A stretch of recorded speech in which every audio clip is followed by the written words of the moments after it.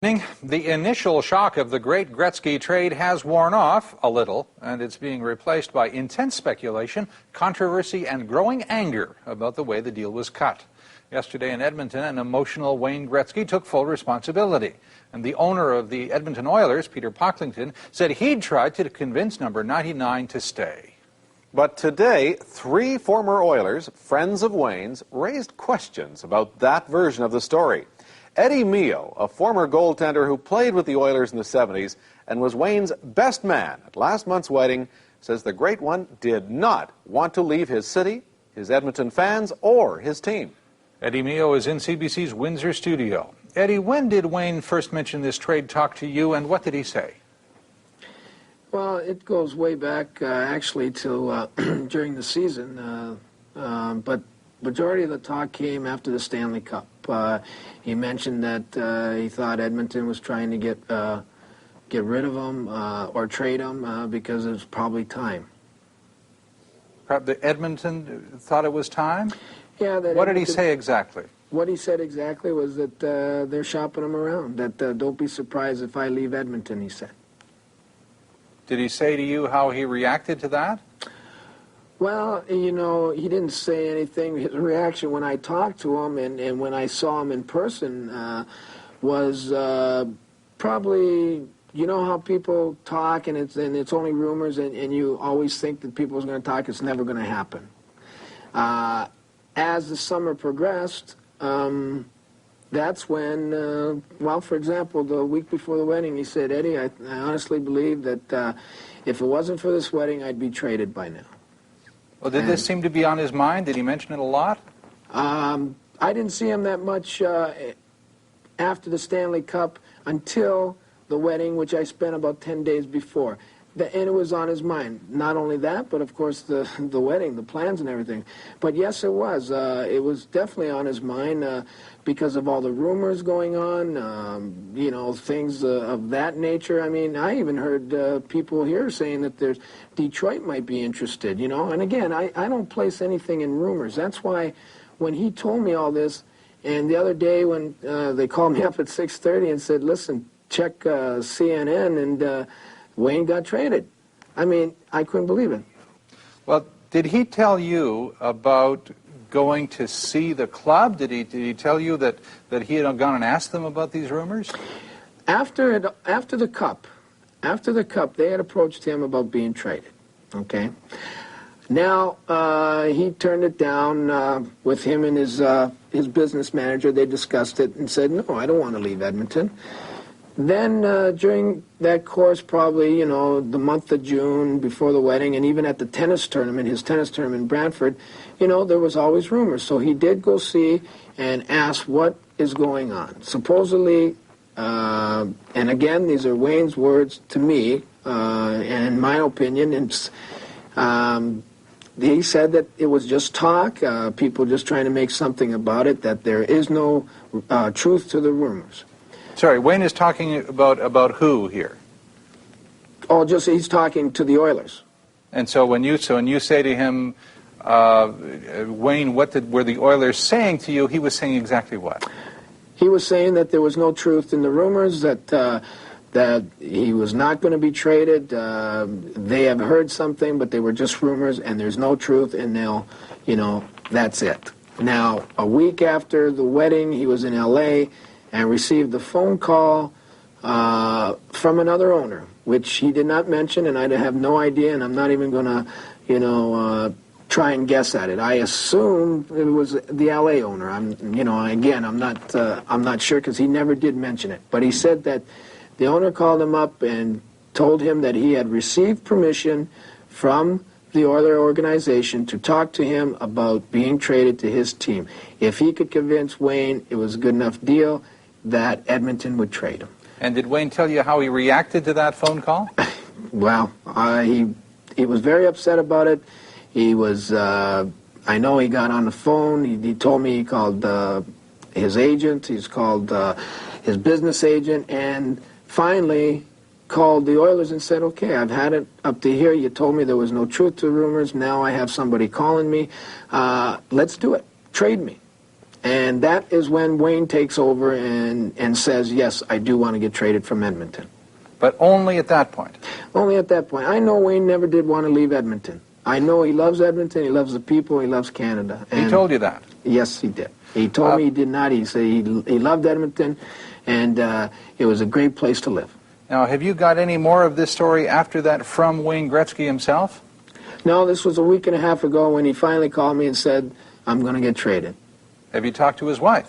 I talked to his wife this morning, and this is what prompted me to say something, because last night on the radio, this morning on the radio, they're calling her the Yoko Ono of the NHL. Well, what did she say to you this morning? She was very upset. She said she's being played the heavy in this whole deal, that she was the one that convinced Wayne to go to Edmonton and say, I'd like to be traded to L.A. because of my career, and there is no truth in that rumor. Boy, it must have been quite a phone call. It was basically, Bill, what it was she was very upset. I mean, not only the fact that they got traded, but also that she's made to be like some sort of starlet that captured Wayne's heart and also Canada's heart throb, which is Wayne, steal him away, lure him back to L.A. because she's selfish in her career. And I've heard her state many times that she has put her career on the back burner and, until the marriage gets going. She is going to pursue her career, there's no doubt about it, but there is no truth to the rumor. Wayne wants to get in movies, that's why he's, it's making Wayne sound that finally he used up Canada, went to L.A. because now that's better opportunity there. And that is no fact of the matter. Well, listen, in that conversation, Eddie, when you were talking to Janet, did she say how Wayne was feeling about this whole deal after it had gone down? She had just not mentioned too much about Wayne, that he was, I guess, still in a little bit of a shock, because let's face it, after 10 years, he's got to all of a sudden get up, come to a new team he's very, that he's really unfamiliar with. He may be familiar with the city a little bit, but that's because they went there so many times. It's not easy picking up and just moving, and then also, there's a little bit of pride involved, thinking that you're going to end up with a team like Jean Beliveau ended up with Montreal Canadiens forever, until he retired. That's, I think, how Wayne had vision going out of the game, is ending up with Edmonton. I guess so, because you must have talked about that quite a lot. Yes, we have, and there's no secret that to anyone that Wayne has talked about retiring. I mean, everybody knows that. He was talking about it last year, that in a couple years, he was thinking of retiring at 4 at the most. He didn't want to play. He wanted to enjoy life. He's starting a family. These were all in the plans. But the last time you talked to Wayne, a week and a half ago, what he was saying was, I don't want to go, but I'm going to go. He said that he had had enough and that he wants to get traded. He said to Peter, if you want to trade me, there's no use me staying here. If this isn't going to be put to rest, let's put it to rest now, and let's go and trade me. Eddie Mio, thanks very much. Good night. Thank you, Bill. Mio's statements bring new life to questions that Peter Pocklington has tried to put to rest.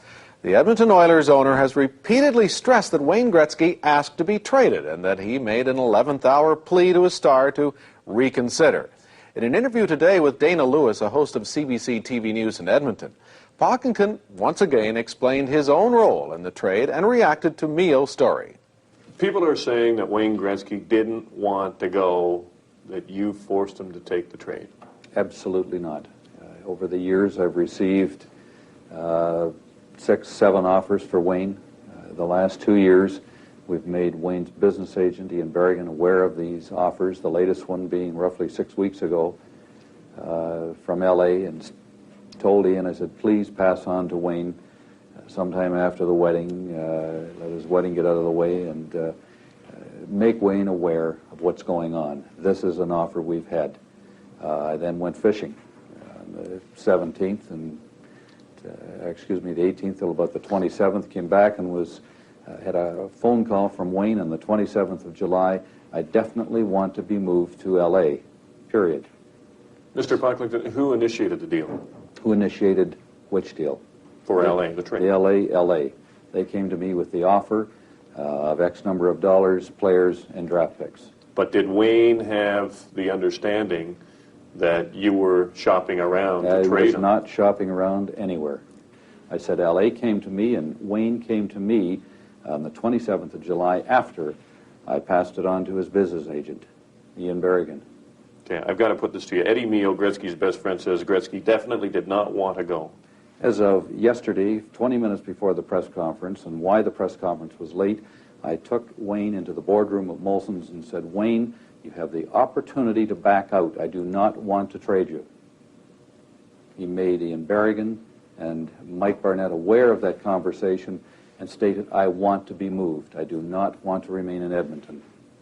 In all the offers, and some of them bigger than this, I've asked Wayne, do you wish to be moved? Up until now, no, he did not want to be. Who do you think that they're going to believe, the people of Edmonton? I guess it really doesn't matter. They're going to believe whoever they want to believe. But from a businessman's point of view and from a lover of the city, I hope they understand that it certainly wasn't my wish that he left at this time. There's no question that in the future I would have probably taken the initiative to put a deal together in the next 2 to 3 years because his contract runs out in 4. My first love is to the team, not Wayne Gretzky. All right, but based on that, then, if I can pick up on that, though, wasn't it a matter of Wayne sitting back and saying, well, since I want to go to L.A., if I have to go somewhere, I want to go to L.A., I better take this then, because based on what you're saying, then he knew that you would eventually trade him anyway. Well, I guess that's a good point, but under the, as Glenn Sather mentioned at the press conference, under the Players Association, when a player reaches 31, he's a free agent regardless. So the days of keeping your superstars and letting them retire is long over. If we wish to keep a strong hockey team in Edmonton, which I certainly do, we must trade away talent near the end of their career. Isn't it hard, though, with somebody like Gretzky to just view him as a commodity? No, not necessarily. I think I was probably closer to Wayne than most people in I suppose, a paternalistic sense. The fact that he is newly married, wanted a fresh career, knew that he had probably 3 or 4 more years of input into whether a team makes it to the finals or not. I think he wanted that opportunity. Do you think that if Wayne had thought that even a few years down the road that you would have kept him, that he would have been allowed to retire here, that he would have stayed, his decision today would be different? I don't think so. He, when we were negotiating the contract last year, he had us under the gun where we couldn't do anything but agree to free agency. So he knew at that time that eventually he'd be traded. It was his decision, not ours. We asked him earlier this year, you give up the free agency and sign a longer-term contract, and we'll never mention this again. I just hope that the folks in Edmonton understand that the long-term longevity of the hockey club is hopefully more important than one player, although I feel, as they do, the loss of Wayne. I mourn his loss also. I've been in a blue funk for 2 weeks. Mr. Pocklington, thanks for speaking with us. You're welcome.